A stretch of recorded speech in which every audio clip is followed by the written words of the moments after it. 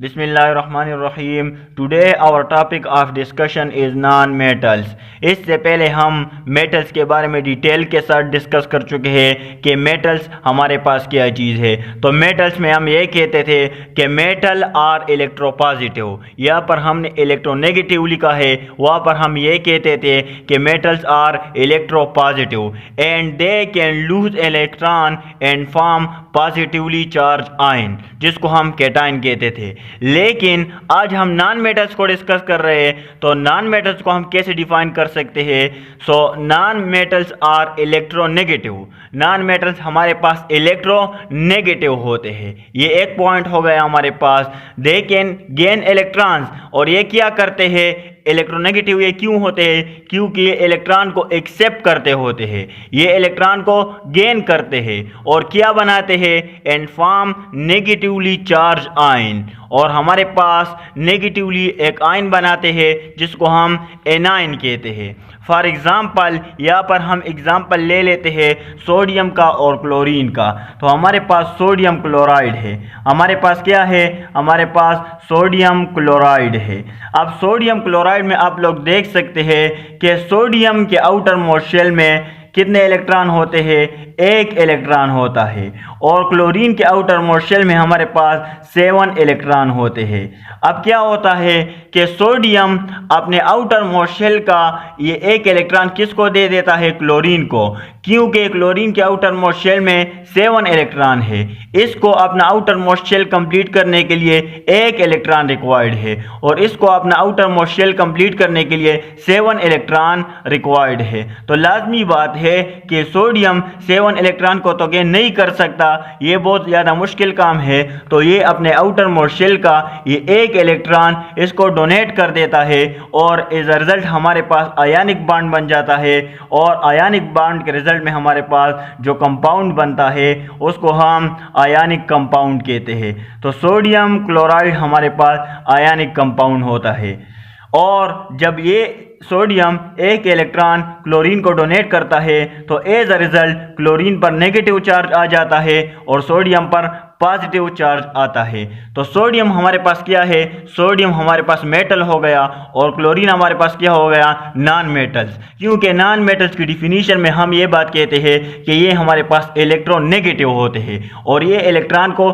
Gain करते होते हैं, और मेटल्स के डिफिनीशन में हम ये कहते थे कि ये हमारे पास इलेक्ट्रोपॉजिटिव होते हैं और हमेशा क्या करते हैं, इलेक्ट्रॉन को लूज करते हैं। तो सोडियम ने एक इलेक्ट्रॉन लूज किया और वही इलेक्ट्रॉन क्लोरीन ने एक्सेप्ट किया है, तो इसको हम नॉन मेटल्स कहते हैं, और सोडियम हमारे पास मेटल है। सेकंड पॉइंट हमारे पास है कि non metals form acidic oxide. Non metal हमारे पास एसिडिक ऑक्साइड्स बनाते हैं। अब एसिडिक ऑक्साइड क्या चीज़ है, तो सबसे पहले हम ऑक्साइड के बारे में डिस्कस करते हैं कि ऑक्साइड क्या होते हैं। तो ऑक्साइड हमारे पास असल में बाइनरी कंपाउंड ऑफ ऑक्सीजन होते हैं विद अदर एलिमेंट। ऑक्सीजन का किसी भी और एलिमेंट के साथ एक कंपाउंड बनाना, बाइनरी कंपाउंड बनाना, तो इसको हम ऑक्साइड्स कहते हैं। अब बाइनरी कंपाउंड का मतलब क्या है कि कंपोज ऑफ ओनली 2 एलिमेंट, वो कंपाउंड जो 2 एलिमेंट से बना होता है, तो इसको हम बाइनरी कंपाउंड कहते हैं। तो हमारे पास इसके एग्जाम्पल क्या है, हमारे पास है फॉर एग्जाम्पल हमारे पास है कार्बन डाइऑक्साइड CO2, एक हमारे पास CO2, SO3, और इसी तरह हमारे पास NO2। इसको हम ऑक्साइड कहते हैं। इसको हम क्या कहते हैं, इसको हम ऑक्साइड कहते हैं। अब ऑक्साइड तो क्लियर हो गया कि ऑक्साइड क्या होते हैं, ऑक्सीजन का बाकी एलिमेंट के साथ बाइनरी कंपाउंड बनाना, इसको हम ऑक्साइड कहते हैं। अब यहाँ पर क्वेश्चन ये अराइज होता है कि एसिडिक इसको हम क्यों कहते हैं, एसिडिक ऑक्साइड हम इसको क्यों कहते हैं। तो एसिडिक ऑक्साइड हम इसको इस वजह से कहते हैं कि जब ये वाटर के साथ रिएक्शन करते हैं तो ये हमारे पास एसिड बनाते होते हैं, तो इस वजह से इसको हम एसिडिक ऑक्साइड कहते हैं। एग्जाम्पल हम क्या देंगे, तो हमारे पास है कार्बन डाइऑक्साइड, हमारे पास क्या है, कार्बन डाइऑक्साइड। तो कार्बन डाइऑक्साइड जब वाटर के साथ रिएक्शन करता है H2O, तो ये हमें क्या देता है, H2CO3। तो ये हमारे पास क्या है, ये हमारे पास कार्बनिक एसिड है। इसको हम क्या कहते हैं, कार्बनिक कार्बोनिक एसिड। तो ये हमारे पास क्या हो गया, एसिड हो गया। सो दैट्स व्हाई इसको हम एसिडिक ऑक्साइड कहते हैं। दूसरा एग्जांपल भी हम ले लेते हैं। दूसरा एग्जांपल हमारे पास है कि SO3 जब हमारे पास रिएक्शन करता है वाटर के साथ तो ये हमें क्या देता है, ये हमें H2SO4 देता है और इसको हम क्या कहते हैं, इसको हम सल्फ्यूरिक एसिड कहते हैं, सल्फ्यूरिक एसिड। तो आप लोग देख सकते हैं कि ये हमारे पास एसिड बनाते हैं। सो इसको हम इस वजह से एसिडिक ऑक्साइड कहते हैं। ये दूसरा पॉइंट भी हमारे पास क्लियर हो गया। नेक्स्ट पॉइंट हमारे पास है कि नॉन मेटल्स की वैलेंसी क्या होगी। तो नॉन मेटल की वैलेंसी डिपेंड करती है कि वो कितने नंबर ऑफ बॉन्ड बनाते हैं। फॉर एग्जांपल यहाँ पर आप लोग देख सकते हैं हमारे पास क्लोरीन है, तो क्लोरीन ने कितने बॉन्ड बनाए हैं, क्लोरीन ने सिर्फ एक बॉन्ड बनाया हुआ है। तो हमारे पास इसकी वैलेंसी क्या है, हमारे पास इसकी वैलेंसी 1 है। चूंकि इसने इलेक्ट्रॉन गेन किया हुआ है तो इस वजह से यहाँ पर हम -1 लिखते हैं। इसका ऑक्सीडेशन स्टेट हमारे पास -1 है। यहाँ पर सोडियम में इसकी वैलेंसी क्या है, तो इसकी वैलेंसी भी 1 है। चूंकि इसने इलेक्ट्रॉन डोनेट किया हुआ है तो यहाँ पर हम प्लस लगाते हैं, इसका ऑक्सीडेशन स्टेट हमारे पास +1 है। तो वैलेंसी डिपेंड करती है कि एक एलिमेंट हमारे पास कितने नंबर ऑफ बॉन्ड बनाता है, तो इसको हम वैलेंसी कहते हैं। नेक्स्ट पॉइंट हमारे पास है कि नॉन मेटल जब मेटल के साथ रिएक्शन करता है तो रिजल्ट में हमारे पास क्या बनाता है, आयनिक कंपाउंड बनाता है। जैसे कि हम एग्जांपल देख सकते हैं, सोडियम है, सोडियम हमारे पास नॉन मेटल है और प्लस क्लोरीन हमारे पास मेटल है। जब ये दोनों एलिमेंट अब इसमें रिएक्ट करते हैं तो हमारे पास सोडियम क्लोराइड बन जाता है और ये एक हमारे पास आयनिक कंपाउंड है। नेक्स्ट हमारे पास है कि जब नॉन मेटल, फॉर एग्जांपल हमारे पास SO2 है, जब ये नॉन मेटल के साथ रिएक्शन करता है तो ये हमारे पास क्या बनाता है, ये हमारे पास कोवैलेंट कंपाउंड बनाता है। यहाँ पर आप लोग देख सकते हैं कि हमारे पास सल्फर है प्लस ऑक्सीजन है। जब ये दोनों आपस में रिएक्ट करते हैं तो ये हमारे पास कोवैलेंट बॉन्ड बनाता है और कोवैलेंट बॉन्ड के रिजल्ट में हमारे पास जो कंपाउंड बनता है उसको हम कोवैलेंट कंपाउंड कहते हैं। इसके अलावा नॉन मेटल्स की पोजीशन क्या है पीरियोडिक टेबल में, तो हम ये डिस्कस कर लेते हैं। तो नॉन मेटल्स इसकी पोजीशन हमारे पास है ग्रुप नंबर 4। ग्रुप नंबर 4 में हमारे पास जो कार्बन है वो नॉन मेटल है। ग्रुप नंबर 5 में हमारे पास नाइट्रोजन नॉन मेटल है। इसी तरह हमारे पास फास्फोरस भी नॉन मेटल है। ग्रुप नंबर 6 में हमारे पास ऑक्सीजन है, सल्फर है, सिलीनियम है। ग्रुप नंबर 7 में हमारे पास ग्रुप नंबर 7 तो क्लोरीन, ब्रोमीन, आयोडीन और फ्लोरीन, ये हमारे पास क्या है, ये हमारे पास नॉन मेटल्स है। अब नॉन मेटालिक कैरेक्टर जो है ये क्रॉस द पीरियड या from top to the bottom increase होता है या डिक्रीज होता है। सिंपल हम इसको ट्रेंड कहते हैं। इसका ट्रेंड क्या है इसको हम डिस्कस कर लेते हैं। अब नॉन मेटालिक कैरेक्टर जो है ये डिपेंड करता है। नॉन मेटालिक कैरेक्टर को हम किस तरह डिफाइन कर सकते हैं, the tendency of an element to gain electron and form negatively charged ion is called non-metallic character, या इसको हम इलेक्ट्रोनेगेटिविटी भी कहते हैं। इलेक्ट्रोनेगेटिविटी क्या चीज़ है तो इसको भी हम देख लेते हैं। अब नॉन मेटालिक कैरेक्टर डिपेंड करता है किस चीज़ पर, non metallic character depend on electronegativity. यहाँ पर हम देख लेते हैं इलेक्ट्रोनेगेटिविटी पर नॉन मेटालिक कैरेक्टर डिपेंड करता है और इलेक्ट्रॉन एफिनिटी पर। अब इलेक्ट्रोनेगेटिविटी क्या चीज़ है और इलेक्ट्रॉन एफिनिटी क्या चीज़ है। चैप्टर नंबर 3 में हम ये डिटेल के साथ डिस्कस कर चुके हैं कि इलेक्ट्रोनेगेटिविटी क्या चीज़ है और इलेक्ट्रॉन एफिनिटी क्या चीज़ है और इन दोनों का ट्रेंड क्या है। हम क्विकली इसका रिव्यू करते हैं कि इलेक्ट्रोनेगेटिविटी क्या चीज़ है। इसको हम ऐसे डिफाइन कर सकते हैं, the ability of an atom to attract the share pair electron is known as electronegativity. यहाँ पर हम एग्जांपल ले लेते हैं हाइड्रोजन क्लोराइड का, HCl का। तो HCl में आप लोग देख सकते हैं यहाँ पर शेयर पेयर इलेक्ट्रॉन पड़े हुए हैं। अब ये शेयर पेयर इलेक्ट्रॉन ज़्यादा क्लोरीन की तरफ होंगे या हाइड्रोजन की तरफ, तो मैं कहता हूँ कि ये क्लोरीन की तरफ होंगे। अब क्वेश्चन ये होता है कि क्यों क्लोरीन की तरफ ये ज़्यादा होंगे, तो इस वजह से कि क्लोरीन की इलेक्ट्रोनेगेटिविटी हाइड्रोजन से ज़्यादा है। अब क्लोरीन की इलेक्ट्रोनेगेटिविटी ज़्यादा है तो ये इलेक्ट्रॉन पेयर को क्या करेगा, अपनी तरफ अट्रैक्ट करेगा। एज अ रिजल्ट ये इलेक्ट्रॉन पेयर क्लोरीन की तरफ थोड़ा सा डिस्प्लेस हो जाएगा, जिसकी वजह से क्लोरीन पर क्या चार्ज आएगा, पार्शियल नेगेटिव। और चूंकि ये इलेक्ट्रॉन हाइड्रोजन से क्या हो गया, थोड़ा सा फासले पर हो गया, तो यहाँ पर पार्शियल पॉजिटिव चार्ज आ जाएगा। तो इसको हम इलेक्ट्रोनेगेटिविटी कहते हैं कि इस पावर को ये क्लोरीन जो लगा रहा है कि इलेक्ट्रॉन पेयर को अपनी तरफ अट्रैक्ट कर रहा है, इस पावर को, इस एबिलिटी को हम क्या कहते हैं, इसको हम इलेक्ट्रोनेगेटिविटी कहते हैं। अब इलेक्ट्रोनेगेटिविटी का ट्रेंड क्या है, ये अक्रॉस द पीरियड इंक्रीज होती है या डिक्रीज होती है। तो लेफ्ट टू राइट जाते हुए पीरियड में लेफ्ट टू राइट जाते हुए हमारे पास क्या होता है, इलेक्ट्रोनेगेटिविटी इंक्रीज होती है। अब इसका रीज़न क्या है, तो रीज़न हम ये दे सकते हैं कि साइज ऑफ एटम हमारे पास रिड्यूस होता है। यहाँ पर हम लिख लेते हैं कि साइज ऑफ द एटम हमारे पास, साइज ऑफ एटम ये क्या होता है, ये रिड्यूस होता है। Size of atom reduced. और साइज ऑफ एटम रिड्यूस क्यों होता है, क्योंकि इलेक्ट्रोनेगेटिविटी इंक्रीज होती है, साइज ऑफ एटम रिड्यूस होता है और न्यूक्लियर चार्ज हमारे पास इंक्रीज होता है। न्यूक्लियर चार्ज क्यों इंक्रीज होता है, क्योंकि एटॉमिक नंबर हमारे पास इंक्रीज होता है फ्रॉम लेफ्ट टू राइट, जिसकी वजह से शील्डिंग इफेक्ट भी हमारे पास कम होता जाता है। शील्डिंग इफेक्ट क्यों कम होता है, क्योंकि नंबर ऑफ शेल हमारे पास सेम रहते हैं, जिसकी वजह से शील्डिंग इफेक्ट हमारे पास रिड्यूस होता है।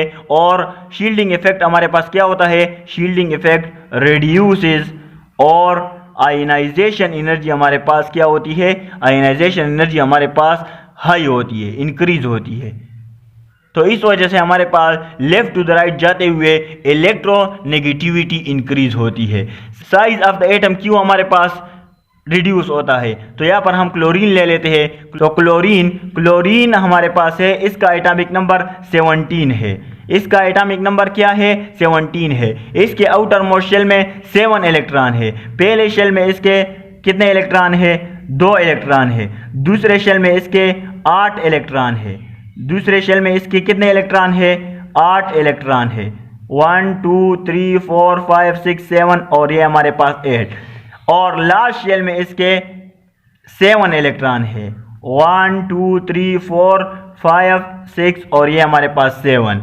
अब साइज ऑफ द एटम हमारे पास रिड्यूस क्यों होता है, क्योंकि लेफ्ट टू द राइट जाते हुए हमारे पास नंबर ऑफ शेल सेम रहते हैं। अगर हम पीरियड नंबर 2 की बात करते हैं तो पीरियड नंबर 2 में जितने भी एलिमेंट होंगे, सारे के सारे जितने भी एलिमेंट होंगे उनमें 2 शेल होंगे। इस तरह अगर हम ग्रुप नंबर 3 की बात करते हैं तो सारे एलिमेंट जो है उसमें 3 शेल होंगे। इस तरह 4 5 एंड सो ऑन। और ग्रुप नंबर क्या रिप्रेजेंट करता है, group number of valence electron को रिप्रेजेंट करता है। So that's why electronegativity left to the right जाते हुए हमारे पास इंक्रीज होती है, क्योंकि शील्डिंग इफेक्ट रिड्यूस होता है। शील्डिंग इफेक्ट रिड्यूस क्यों होता है, क्योंकि इलेक्ट्रॉन तो इंक्रीज होते हैं लेकिन नंबर ऑफ शेल सेम रहते हैं, जिसकी वजह से आयनाइजेशन एनर्जी हमारे पास इंक्रीज होती है। और आयनाइजेशन एनर्जी इंक्रीज होने से इलेक्ट्रोनेगेटिविटी भी हमारे पास इंक्रीज होती है। ये इसका रीज़न हो गया। इसको हम देख लेते हैं कि किस तरह इलेक्ट्रोनेगेटिविटी हमारे पास इंक्रीज होती है। इसको हम देख लेते हैं कि किस तरह इलेक्ट्रोनेगेटिविटी हमारे पास इंक्रीज होती है। हमारे पास लिथियम है, लेफ्ट टू द राइट जाते हुए यहाँ पर हम लिथियम ले लेते हैं, यहाँ पर हम बेरिलियम ले लेते हैं, यहाँ पर हम बोरान, कार्बन, नाइट्रोजन, ऑक्सीजन और फ्लोरीन ले लेते हैं। तो यहाँ पर लिथियम की इलेक्ट्रोनेगेटिविटी हमारे पास 1 है, बेरिलियम की 1.5 है, बोरान का हमारे पास 2 है, ये कार्बन की 2.5, नाइट्रोजन की 3, ऑक्सीजन की 3.5 और फ्लोरीन की सबसे ज़्यादा है, तो वो क्या है, वो 4 है। तो आप लोग देख सकते हैं कि from left to the right जाते हुए इलेक्ट्रोनेगेटिविटी हमारे पास बढ़ रही है। तो ये क्यों बढ़ रही है? क्योंकि साइज ऑफ द एटम हमारे पास डिक्रीज हो रहा है, साइज ऑफ द एटम हमारे पास रिड्यूस हो रहा है, जिसकी वजह से शील्डिंग इफेक्ट रिड्यूस हो रहा है और आयनाइजेशन एनर्जी इंक्रीज हो रही है। तो ये इसका एक रीजन हो गया। अब डाउन द ग्रुप हमारे पास इलेक्ट्रोनेगेटिविटी डिक्रीज होती है। क्यों डिक्रीज होती है? क्योंकि साइज ऑफ द एटम हमारे पास इंक्रीज होता है, जिसकी वजह से शील्डिंग इफेक्ट क्या होता है, शील्डिंग इफेक्ट हमारे पास इंक्रीज होता है और आयनाइजेशन एनर्जी हमारे पास डिक्रीज होती है। सो दैट्स व्हाई हमारे पास इलेक्ट्रोनेगेटिविटी डिक्रीज होती है। यहाँ पर हम देख लेते हैं सोडियम। तो डाउन द ग्रुप जाते हुए सोडियम के बाद हमारे पास क्या है, लिथियम, सोडियम, और सोडियम के बाद हमारे पास पोटाशियम है। तो सोडियम की इलेक्ट्रोनेगेटिविटी अगर आप लोग देखें तो ये हमारे पास 0.9 है। पोटाशियम की इलेक्ट्रोनेगेटिविटी हमारे पास 0.8 है। तो लिथियम की डाउन द ग्रुप जाते हुए लिथियम की आप लोग देख सकते हैं कि 1 है, सोडियम की 0.9, पोटाशियम की 0.8। तो इलेक्ट्रोनेगेटिविटी डिक्रीज हो रही है। क्यों डिक्रीज हो रही है? क्योंकि size of the atom increase हो रहा है, इसकी जगह इंक्रीज है, शील्डिंग इफेक्ट इंक्रीज हो रहा है, आयनाइजेशन एनर्जी डिक्रीज हो रही है। So that's why electronegativity down the group हमारे पास डिक्रीज होती है। इलेक्ट्रॉन एफिनिटी क्या चीज़ है? तो किसी भी एटम के आउटर मोस्ट शेल में इलेक्ट्रॉन को ऐड करना। फॉर एग्जांपल ये क्लोरीन है, इसके आउटर मोस्ट शेल में 7 इलेक्ट्रॉन है। इसको अपना ऑक्टेट कंप्लीट करने के लिए 1 इलेक्ट्रॉन की ज़रूरत है। और ये सोडियम क्या करता है, 1 इलेक्ट्रॉन इसमें ऐड करवाता है। तो इस एबिलिटी को, इस एनर्जी को हम इलेक्ट्रॉन एफिनिटी कहते हैं।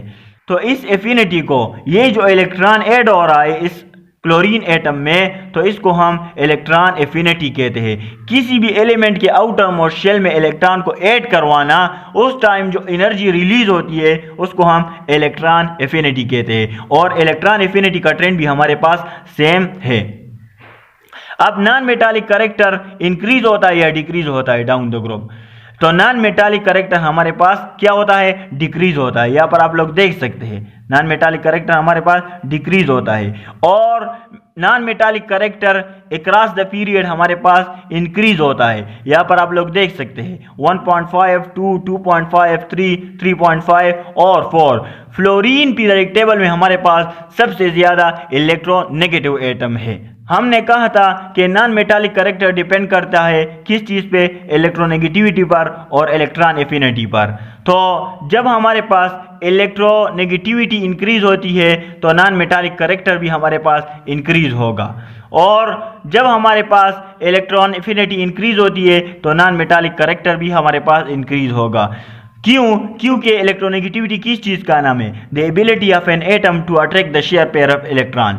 जब एक एटम शेयर पेयर इलेक्ट्रॉन को अट्रैक्ट करता है तो रिजल्ट में उसके ऊपर कौन सा चार्ज आता है, माइनस चार्ज आता है, माइनस चार्ज आता है।